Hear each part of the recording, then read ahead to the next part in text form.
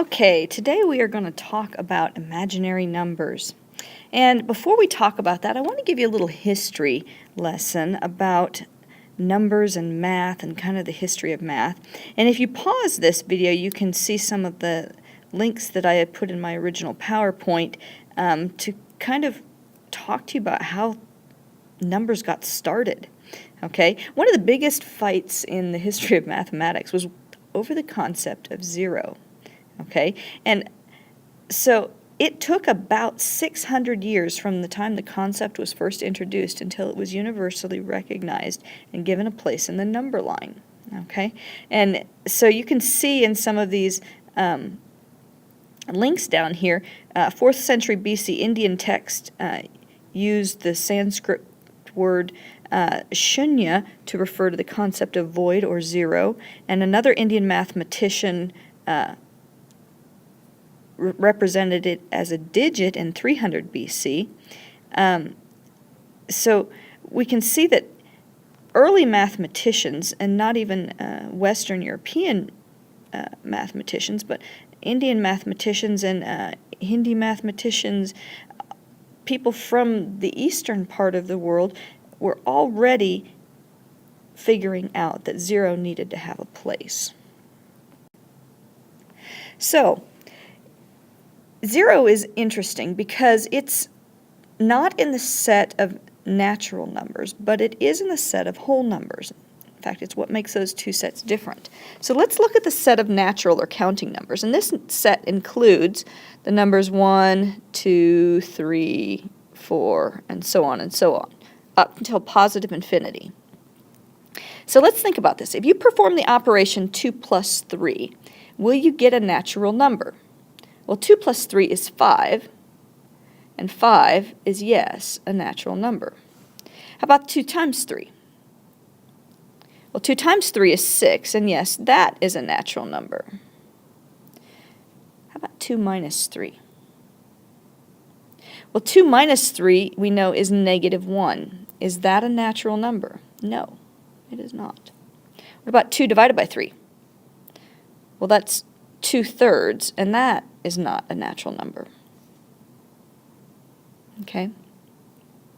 So there are operations that you can do with natural numbers that result in numbers that are not natural or counting numbers.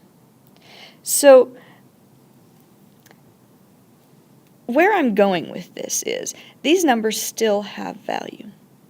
We still have a place for them, okay, even though they're not natural numbers. So that brings us to the problem of what to do with the concept of the square root of negative 1. Negative 1 is a number. It has value. It's in the set of real numbers. And the square root operation is something that we can do with lots of other types of numbers. But when we get to negative 1, or any other negative number for that matter, taking the square root of it becomes difficult.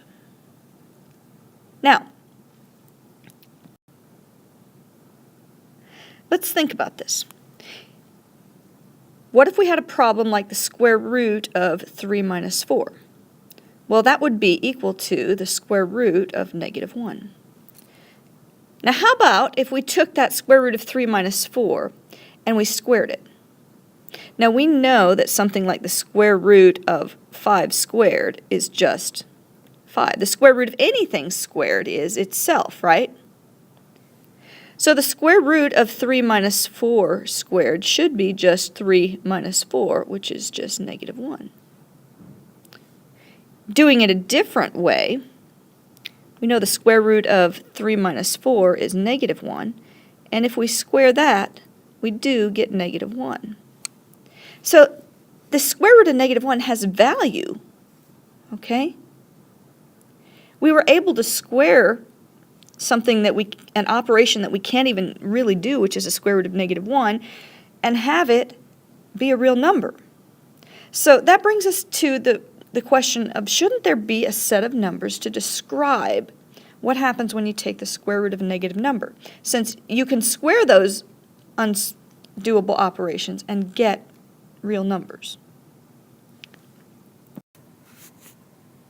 Okay, so let's try some more problems with negative square roots. Here we have square root of negative 12 times the square root of negative 3. And we want to multiply them together. But what can we really do? If we think about the product rule for square roots, one of the little caveats is that we can't multiply square roots together and just jam things under the same square root if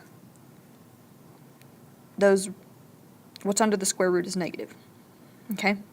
So the product rule does not apply to negative square roots, nor does the quotient rule or anything else like that. So we have to create a system called the set of complex numbers to be able to deal with these things, because we know they must have value.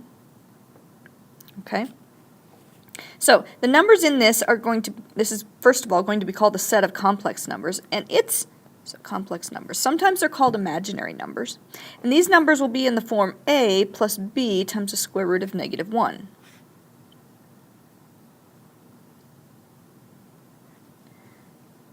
And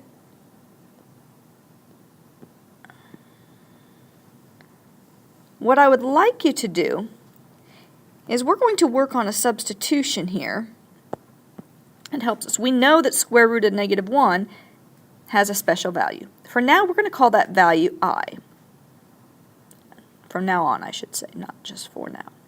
So our set of complex numbers will look like a plus bi, where a is a real part and bi is your complex part. Okay? So, when we deal with problems like these with negative square roots, we now have a way to deal with negative square roots if we make this substitution. Okay, in order to be able to do these types of problems, we first have to do a little practice problem. Let's look at maybe something like the square root of negative 9, all by itself. Well, we know we can break that apart into the square root of negative 1 times 9. And then we can break that apart into the square root of negative 1 times the square root of 9. Well, with our substitution, we know the square root of negative 1 is just I. And we know the square root of 9 is 3. So the square root of negative 9 is going to be equal to 3I. Let's try another one. How about the square root of negative 25? Well, if the square root of negative 9 was 3i, and we know 25 is another perfect square, wouldn't that be equal to 5i? How about the square root of negative 36? Wouldn't that just be 6i? Okay. We can move on to more complicated square root problems, and we'll do that here. Let's first tackle the square root of negative 9 and the square root of negative 1. Well, we know square root of negative 9 is 3i, and we know square root of negative 1 is just I. So now we have 3 times I squared. Let's come back to that in a minute. Let's go to this one here. Square root of negative 2 times the square root of negative 8. Well, here we have I times the square root of 2 for square root of negative 2. And how did I get that? Breaking that down into square root of negative 1 times 2 allows me to break those apart into square root of negative 1 times the square root of 2, which is just I square root of 2. And the square root of negative 8, which is going to be the square root of negative 1 times 2 times 2 times 2. Oh, wow. So square root of negative 1, I'm going to pull out by itself. And then I've got two 2's, so square root of 4 times the square root of 2. So I've got I times 4 times this, not 4, times the square root of 4, which is 2, times the square root of 2. So that is just going to be 2I square root of 2. Well, now I've got all this stuff to multiply together. So I times 2I is going to be 2I squared. And square root of 2 times square root of 2 is just 2. So here I have 4I squared. We're not done, but let's move over to this one here to get some more practice with square roots and negatives. We knew square root of negative 8 was, from this other one, 2i, square root of 2. Well, square root of negative 18, that's going to be square root of negative 1 times the square root of 9 times the square root of 2, which is going to be 3i square root of 2, multiplied by that 2i square root of 2, which should give me 6i squared times 2, which is 12i squared. So that begs an important question. What is I squared? Well, I times I is I squared, right? And I is the square root of negative 1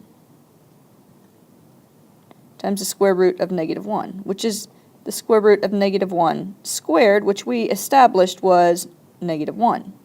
So 12i squared is equal to negative 12. 3i squared will be equal to negative 3. 4i squared is equal to negative 4.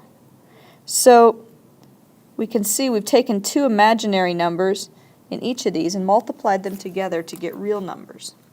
And the interesting concept with that is that these imaginary numbers have value. That brings us back to our original question of, how can we have a number outside of the set of real numbers that actually has value? And that's why we have the set of complex numbers. These numbers have value because if you multiply them together, you can get real numbers that have real value. So, let's go on. One more thing I need to cover. Okay, we need to build on this concept. We know that I is equal to the square root of negative 1. We talked about how I squared is equal to negative 1. What about I cubed? Well, that is just going to be I squared times I, right? And we know that I squared is negative 1.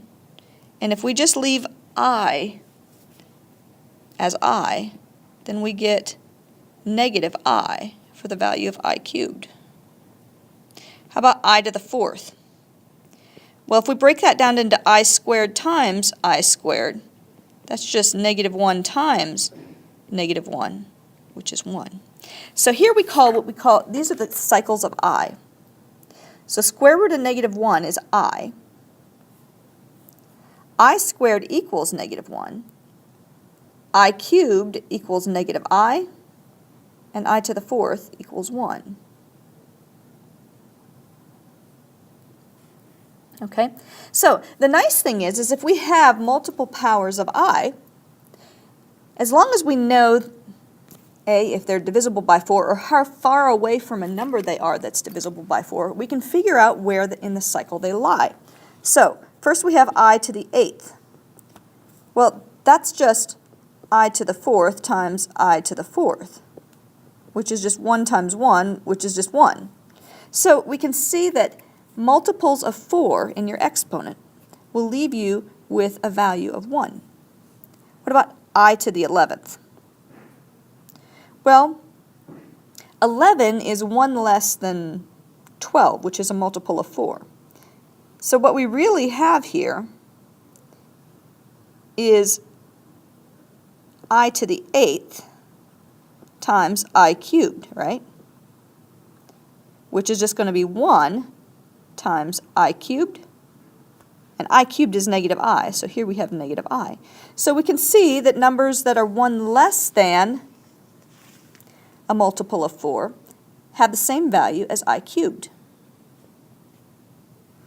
How about I to the 19th? Well, we could look at it two ways. We could say it's I to the 16th times I cubed, right?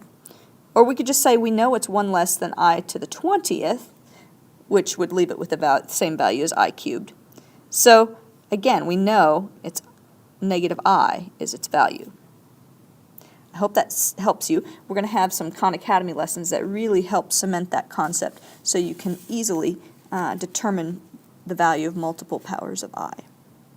See you in class.